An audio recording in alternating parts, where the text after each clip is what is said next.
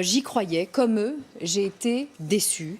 C'est un échec. Je dois écouter les salariés et relancer le dossier, dit Emmanuel Macron au courrier Picard.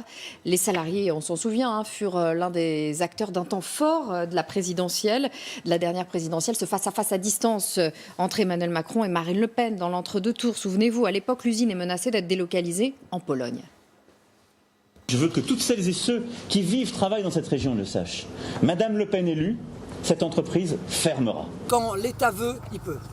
Il faut arrêter de dire que l'État est impuissant, c'est pas vrai. Marine Le Pen, elle est restée un quart d'heure, elle est partie, elle a fait des images pour vous, vous êtes content, vous êtes servi. Emmanuel Macron venait ici et qu'il n'entendait pas rencontrer les salariés, qu'il n'entendait pas venir sur ce piquet de grève, j'ai trouvé que c'était une preuve tellement de mépris à l'égard de ce que vivent les salariés de Whirlpool. Et aujourd'hui, le repreneur judiciaire est en liquidation. Le repreneur est en liquidation judiciaire et l'usine est fermée. Emmanuel Macron revient sur son échec. Oui, alors c'est vrai que cette scène, c'était l'un des deux temps forts de l'entre-deux tours. Il y a eu deux événements de l'entre-deux tours de la présidentielle. Ça a été bien sûr ce fameux débat et cette confrontation in situ, mais sans qu'il se voie, auprès de l'usine Whirlpool. Tout le discours d'Emmanuel Macron à l'époque a consisté à dire ceux qui viennent pour vous dire on ne fermera pas l'usine, ils vous mentent.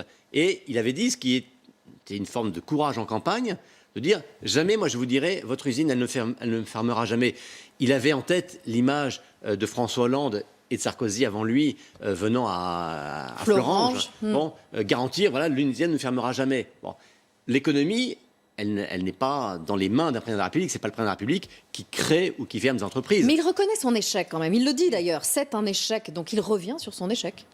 Oui, en tout cas, l'engagement pris, c'est de dire, mais quoi qu'il arrive, on ne vous laissera pas tomber, on aidera à trouver des solutions, etc. Mais non, il est victime de ce qu'il avait lui-même diagnostiqué, à savoir le fait que l'on attend de tout des politiques